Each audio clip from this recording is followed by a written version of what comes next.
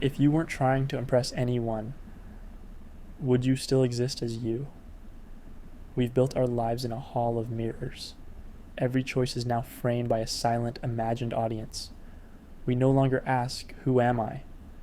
We ask, "What will people think of this version of me?" That shift is the slow death of authenticity. This isn't criticism, it's an excavation. Ask yourself, what would you do if no one was ever watching? Sit with that silence, and would you still wear what you wear? Pursue what you pursue? Would your passions need to be posted to feel real? When you live in the light of others' perception, you become addicted to the reflection. You mistake recognition for truth. That is the fracture. Your mind is wired for connection. Every nod of approval, every digital pulse of validation trains you. You stop seeking fulfillment and start seeking reinforcement. You are not living, you are performing. But in the dark, in what philosophers called authenticity, you break the circuit. You starve the performer. In silence, a different signal emerges. The dark is where the truest self lives, the one too fragile, too real for the stage, the self you buried beneath personas and profiles. Most of us live in bad faith, letting the they dictate our worth. Our reality becomes based on the external. What's acceptable, what gets a reaction. Think back, before the performance. That first raw impulse, it was visceral, curiosity, pain, a pure urge to express. Then you shared it. The world reflected something back. Slowly you sculpted your next impulse. Based on that echo, you abandoned your inner voice for the crowd. You're torn between two selves. The authentic self, which acts from intuition, and the social self, crafted for consumption. Every time you silence a gut feeling for the smart choice, you whisper to your soul, "You are not enough on your own." This causes a rift, where life stops feeling like your own. You make a choice based on what works. It's fine. You adjust more. You lose your direction. A hollow exhaustion follows.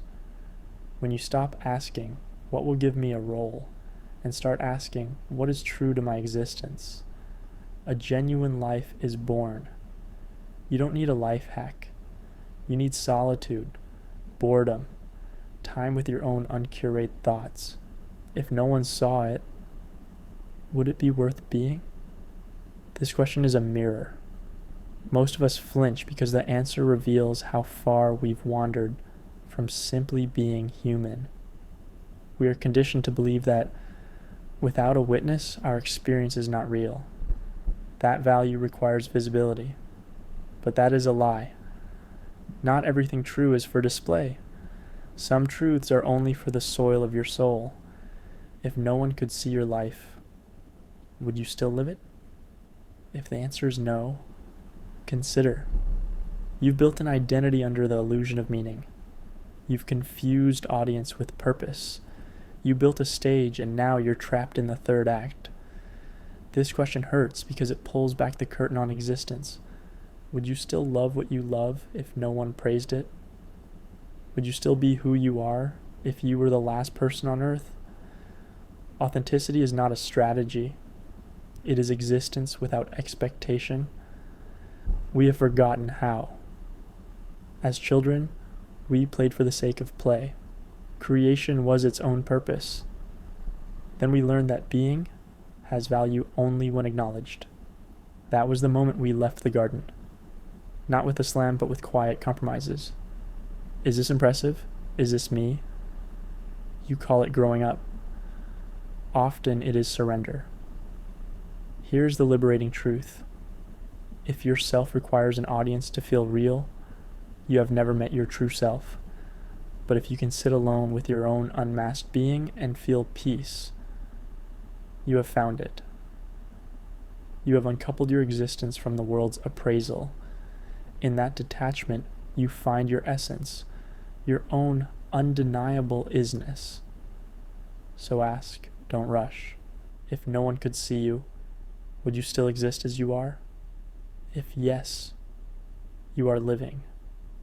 If it makes you tremble, perhaps it's time to stop performing for a crowd and start existing for the only audience that matters, the silent witnessing truth of your own being. When you live from that truth, the right connections will find you. But more importantly, you will finally find yourself.